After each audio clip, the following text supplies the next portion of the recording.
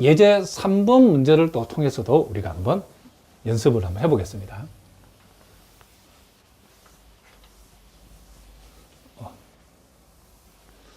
자, 서두에서도 얘기했지만 여러분 가운데에 자, 상대나 무슨 통계학과 학생으로서 요 강의를 듣는 분들은 요 은밀한 의미에서의 이 극한의 정의를 너무 그 깊이 안 파줘도 대략적으로 한 이 정도 그런 흐름이구나 정도만 아시면 되고, 반면에 혹시 여러분 상대 학생이라도 앞으로 대학원 가서 해석학을 공부할 분들은, 공부를 해야 되는 그런 관련 과에 있는 분들은 요 부분을 잘 해야 되고, 물론 여러분 가운데 수학과 같은 경우는 그쵸, 임용 시험을 대비하거나 수학과 학생인 경우에는 정말 이 부분을 정말 열심히 하셔야 된다. 매우 중요한 내용이랍니다.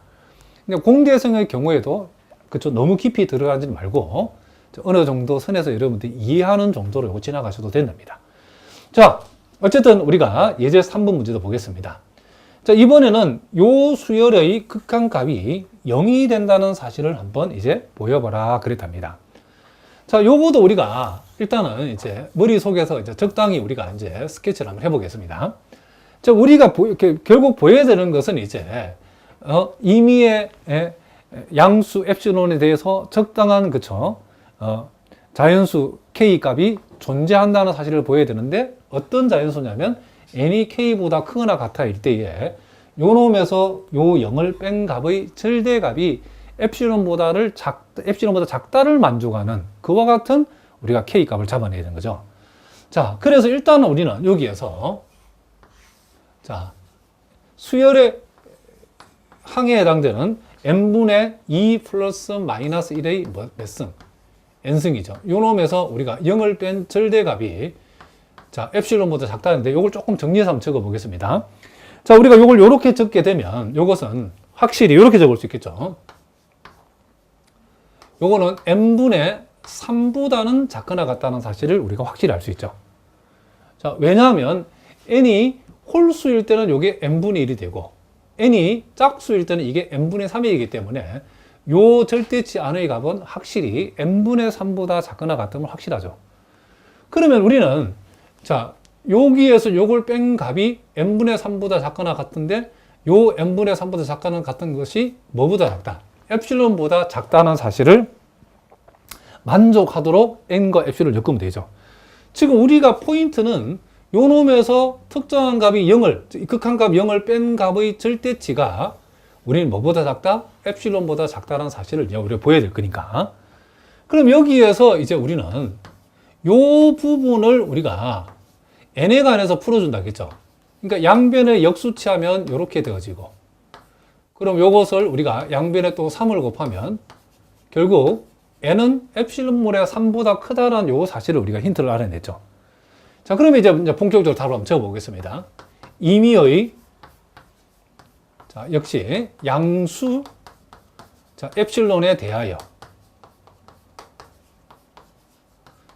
자, 우리가 이제 어떤 K를 자연수 K를 선택해야 되냐면 요 n 대신에 K를 집어해가지고 엡실론분의 3보다도 큰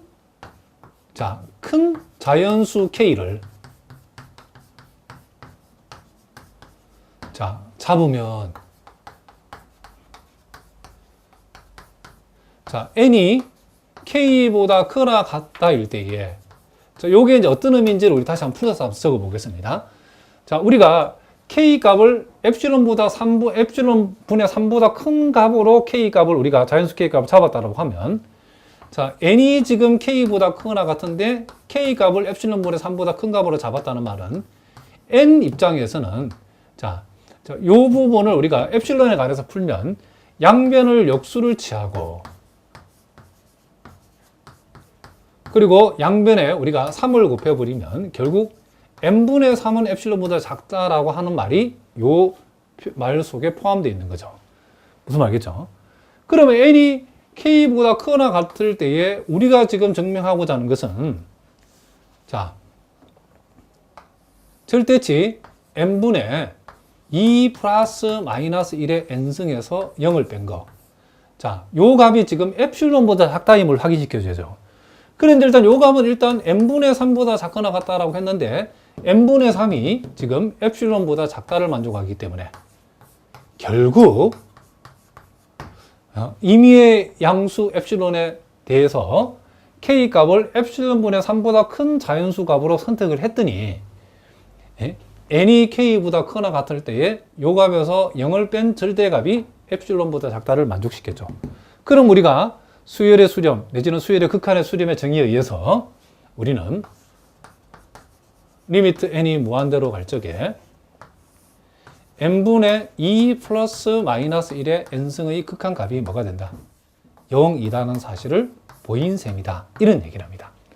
자, 무슨 말인지 아시겠죠? 자, 계속해서 우리가 예제 이제 4번 문제도 우리가 한번 살펴보는데, 자, 요 예제 4번에 나와 있는 이 두 문제는, 자, 여러분들이 조금 어려운 문제인데, 보고 이해하는 정도로만 여러분들이, 그쵸? 처음부터 안 보고 뭐 바로 풀 수 있다. 이 정도는 아닙니다. 매우 어려운 문제인데, 자, 요 문제는 일단 선생님이 풀어준 풀이를 보고 이해하는 정도만 되면 좋겠다. 이런 얘기를 합니다. 자, 먼저는 보니까, A가 1보다 크다일 때에 수열 AN분의 1은 0에 수렴한다는 사실을, 그러니까 요 A의 n승분의 1의 극한이 0에 수렴한다는 사실을 한번 어떻게 하라? 증명을 한번 해보라 그랬죠. 자, 요거는 여러분들이 대단히 어려운 문제이기 때문에 선생님이 푸는 풀이를 이해하면 된다. 자, 이렇게 우리가 목표를 한번 잡아보겠습니다. 일단 우리가 여기서 A가 1보다 크기 때문에 우리가 만약에 여기에서 요 A라고 하는 값을 1 플러스 B라고 두면, 자, 물론 여기서 요 B라고 하는 것은 0보다 큰 값으로서 1 플러스 이렇게 A를 B라고 이렇게 우리가 둘 수 있겠죠. 자, 이렇게 우리가 두게 되면 A의 n승이라고 하는 것은 1 플러스 B에 뭐가 된다? 분명히 n승이 되어진다는 것을 알 수 있죠. 그런데 우리가 여러분들이 요거도 우리 한번 여러분 고등학교 때 배운 내용인데 혹시 모르는 분들은 참고로 알아두는 게 1 플러스 x의 n승하고 1 플러스 nx하고 비교를 하게 되면 요 두 개를 우리가 비교했을 때는 항상 요 값이 요 값보다 크거나 같다라고 하는 거죠. 이런 부등식을 우리가 일종의 절대 부등식이라고 그러죠. 자, 왜 그런지 모르는 분은 여러분들이 학습 질문을 통해서 질문해 주시기 바랍니다. 자, 우리가 보통 요걸 우리가 복리라고, 은행 이자 입장에서 요걸 우리가 단리라고 하는데, x가 만약에 이율인 경우에, 어쨌든 복리는 단리보다도 우리가 크다라고 우리가 기억해 두셔야 된답니다.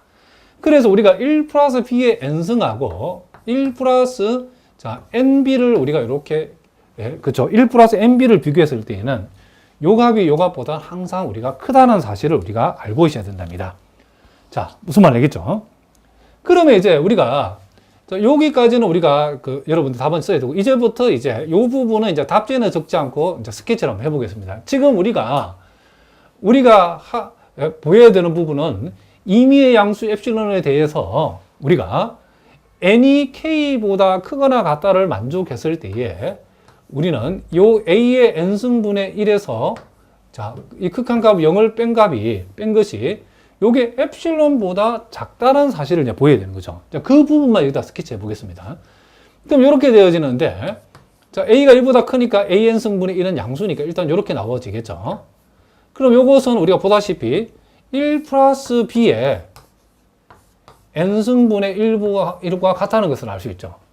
그리고 요것은 다시 1 플러스 nb분의 1하고 비교했을 때에 지금 요 양변을 역수치하면 부동화 이렇게 되겠죠. 그리고 요걸 다시 n 곱하기 b분의 1하고 비교했더니 요 놈하고 요 놈 비교하면 분모가 작은 게 더 크니까 이렇게 되어진다는 사실을 우리가 알 수 있죠. 무슨 말이겠죠? 우리는 지금 요 값이 결국 궁극적으로 엡실론보다 작다를 보여야 되기 때문에, 자, 요 값은 요 값 같고 요 값보다 더 큰 값이 요 값이고 요 값보다 더 큰 값이 더 큰 값이 요 값인데, 요 값이 엡실론보다 작으면 요 값은 저절로 엡실론보다 작다를 보이는 거죠. 그래서 이제 우리가 중요한 것은 여기에서 요 부분을 가지고서 요걸 n하고 엡실론을 일단 n하고 엡실론을 엮어서 식을 하나 만들어야겠죠. 양변을 역수를 취하면 부동화 방향이 바뀌면서 이렇게 되어지고, 다시 양변을 우리가 b로 나누면 n은 b 엡실론 분의 1이다라고 하는, 자, 요 중요한 요 힌트를 만드는 식을 하나 얻어냈죠. 자, 요렇게, 요까지 완성해 놓고 이제 우리가 답을 적으면 되겠죠. 자, 그러면 우리는 임의의 양수, 자, 뭐에 대해서? 자, 엡실론에 대하여. 자, 요 부분에서 n 대신에 k를 집어여서 우리가 그것을 k의 선택 기준으로 잡으면 되죠. k 값을 b 엡실론 분의 1보다 크다인 우리가 자연수 k를 잡자라고 했죠. 요 범위에 들어가는 자연수 k를 우리가 잡으면 자, n이 k보다 크거나 같다일 때에 자, 그럼 요 n이 k보다 크거나 같다가 어떤 의미를 얘기하는지 살펴봅시다. 자, n이 k보다 크거나 같다 해서 우리가 k를 지금 b 엡실론 분 1로 잡았기 때문에 자, 다시 n하고 b 입장에서 엡실론에 관해서 풀어버리면 양변에 b를 곱하면 자, bn은 엡실론 분의 1보다 크고 양변을 역수치하면 pn분의 1이 자, 엡실론보다 작다. 자, 이걸 얘기하는 거죠. 자, 어쨌든 n이 k보다 크거나 같다 일 때에 자, 우리가 이제 궁극적으로 보이지 않은 것은 자, 절대치 an 승분의 1에서 0을 뺀 절대값이 자, 여기 보다시피 여러분 보다시피 이렇게 쓸 수 있고 그리고 우리가 요것을 또 이렇게 적을 수 있고 요것은 1 플러스 mb분의 1 보다 작고 요것은 n 곱하기 b분의 1보다 작은데 보다시피 n 곱하기 b분의 1은 엡실론보다 작으니까 요렇게 우리가 되어진다는 사실을 우리가 알 수 있죠. 그러면 결국 우리가 자 a가 1보다 크다 이 때문에 a를 1 플러스 b로 잡고 우리가 거기서 이와 같은 식을 얻어내고 결국 이제 임의의 양수 엡실론에 대해서 k를 이와 같은 범위에 해당되는 자연수 k 값으로 잡았더니 n이 k보다 크거나 같다일 때, 자, 그 말은 이것을 의미하고 요 전제에 의해서 우리는 요 xn 수열 xn에 해당되는 요 부분에서 0을 뺀 값의 절대값이 엡실론보다 작다는 사실을 만족했다. 이 말은 k번째 이상이 되는 모든 수열의 항들은 무슨 말이겠죠? 요 0이라고는 요 특정 값을 중심으로 하는 엡실론 근방 안에 그 모든 항들이 들어온다. k분지 이상 다 들어온다. 내지는 k분지 이상이 되는 모든 항들은 0하고의 거리가 엡실론보다 작다를 만족한다. 뭐 그런 뜻이라겠죠. 그래서 그렇게 되기 때문에 따라서 우리는 결국 리미트 n이 무한대로 갈 적에 a의 n승분의 1의 극한값은 뭐가 된다? 0이다라고 얘기할 수 있다. 이런 얘기죠. 그러니까 여기까지 보여주면 된다. 그러니까 이 부분은 여러분들이 이제 답지에는 적을 필요 없고 우리가 연습지에서 우리가 적어서 확인하는 거고 답안 작성할 때는 여기서부터 여기서 이렇게 해서 이렇게 적어주면 된다. 이런 얘기죠. 자, 무슨 말 알겠죠? 자, 계속해서 우리가 또 요 두 번째 문제도 우리가 한번 다뤄보겠습니다.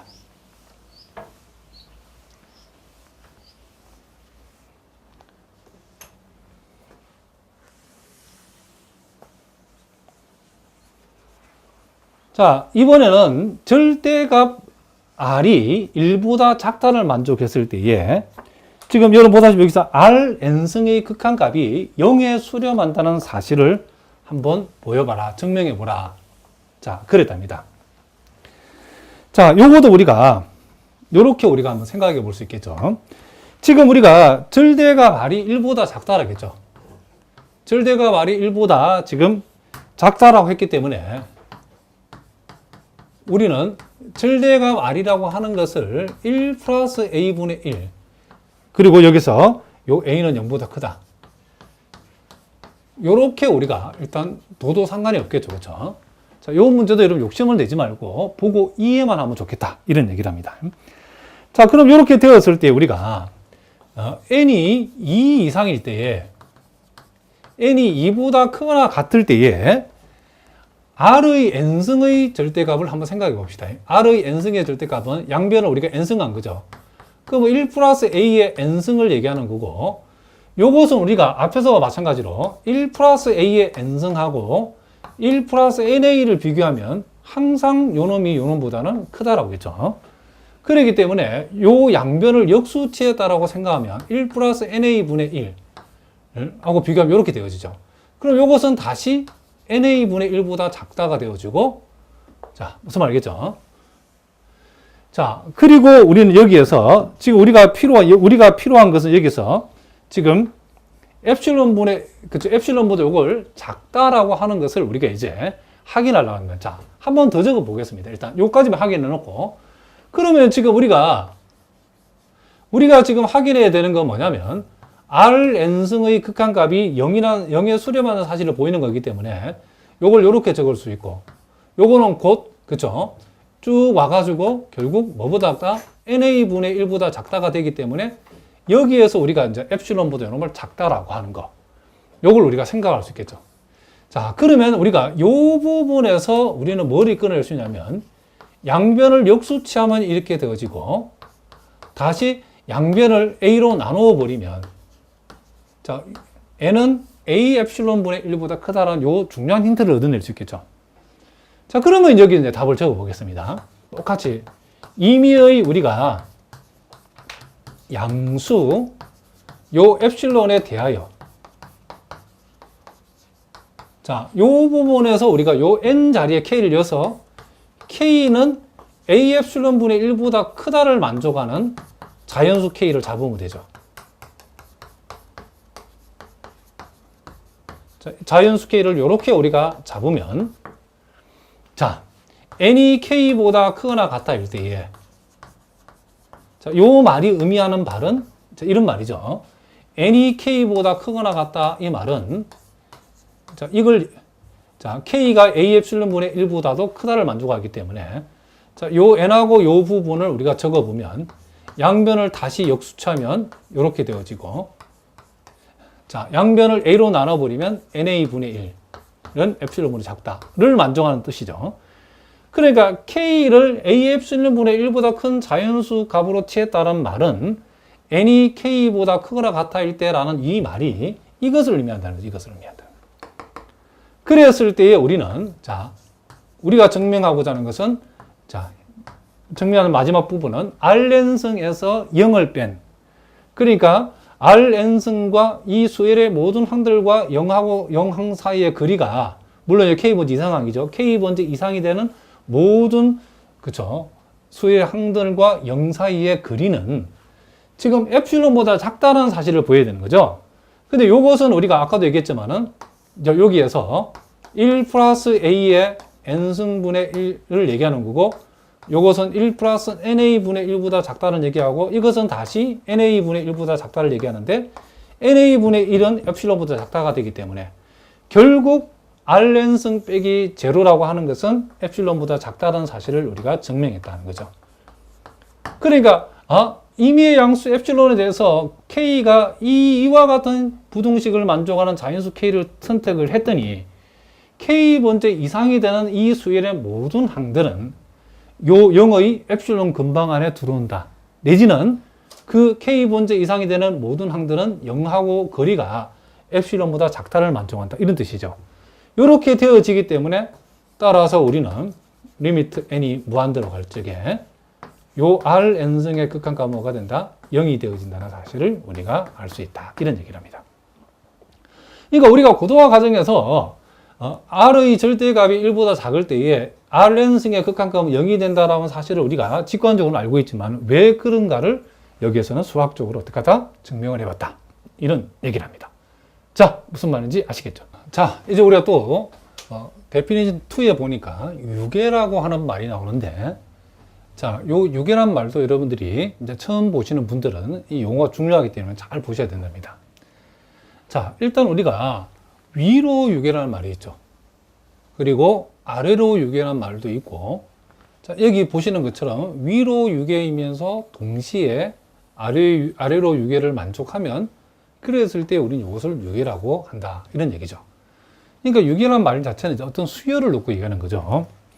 자, 여기 보니까 위로 유계라는 것은 적당한 실수 m이 존재해서, 자, 모든 자연수 n에 대해서 수열 xn의 항들이 m보다 작거나 같다를 만족할 때에 수열 xn은 위로 유계를 한다. 그랬답니다.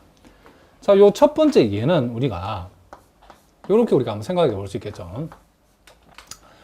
자, 어떤 수열 xn이 있는데 이 수열 xn이 자, 위로 유계라고 하는 것은 자, 이 수열의 값들이 자, 이렇게 쭉 오다가 자, 1, 2, 4로 이렇게 딱 끝나는 경우 자, 아주 작은 값에서 쭉 수열의 값이 진행이 되다가 제일 마지막 값이 4로 끝난다고 봅시다. 그러면 우리가 이와 같은 수열은 우리가 이와 같은 수열의 경우에 이 수열의 항을 나타내는 요 xn이라는 것은 분명히 4보다는 그죠? 작거나 같은 값이라 할 수 있겠죠. 그러면 이와 같은 이 수열들은 4보다 작거나 같다라 할 수도 있지만 5보다도 작거나 같다 할 수도 있고 6보다 작거나 같다 할 수도 있고 7보다 작거나 같다 할 수도 있겠죠. 그러니까 이 수열의 최대값이 4이기 때문에 4, 자, 이렇게 수열이 쭉 진행되다가 1, 2, 4에서 끝난다라고 하면 이 xn이라는 것은 분명히 4보다는 작거나 같다. 작거나 같다는 것은 작을 수도 있고 같을 수도 있다는 말이기 때문에 4보다 작거나 같은 것은 5보다 작거나 같다 할 수도 있고 6보다 작거나 같다 또는 7보다 작거나 같다 이렇게 표현할 수 있다는 거죠. 이렇게 표현했을 때 이와 같은 수열 xn이 4보다 작거나 같다, 5보다 작거나, 6보다 작거나 같다, 7보다 작거나 이렇게 표현했을 때 이와 같은 값들을 우리는 뭐라고 얘기하냐면 요것을 우리는 상계라고 얘기한답니다. 이와 같은 값들을 뭐다? 지금 우리는 상계라고 얘기한다는 거죠. 상계. 그러니까 여기에서 우리가 요 m이라고 얘기했을 때에 요 m을 가리켜서 우리는 뭐라 한다? 상계라고 얘기한다. 이런 얘기를 합니다. 그러면 이와 같은 상계의 값들 중에서 특별히 요거 제일 작은 값을 우리는 뭐라 하냐면 요것을 최소상계라고 하고 이 최소상계를 우리가 다른 말로 상한이라고도 이렇게 얘기해 준다. 이런 얘기를 합니다. 자, 뭐라고요? 최소상계를 뭐라 한다? 상한이라고 얘기한다. 이런 얘기를 합니다. 자, 그래서 우리가 수열 xn이 모든 수열 xn의 자, 모든 자연수 n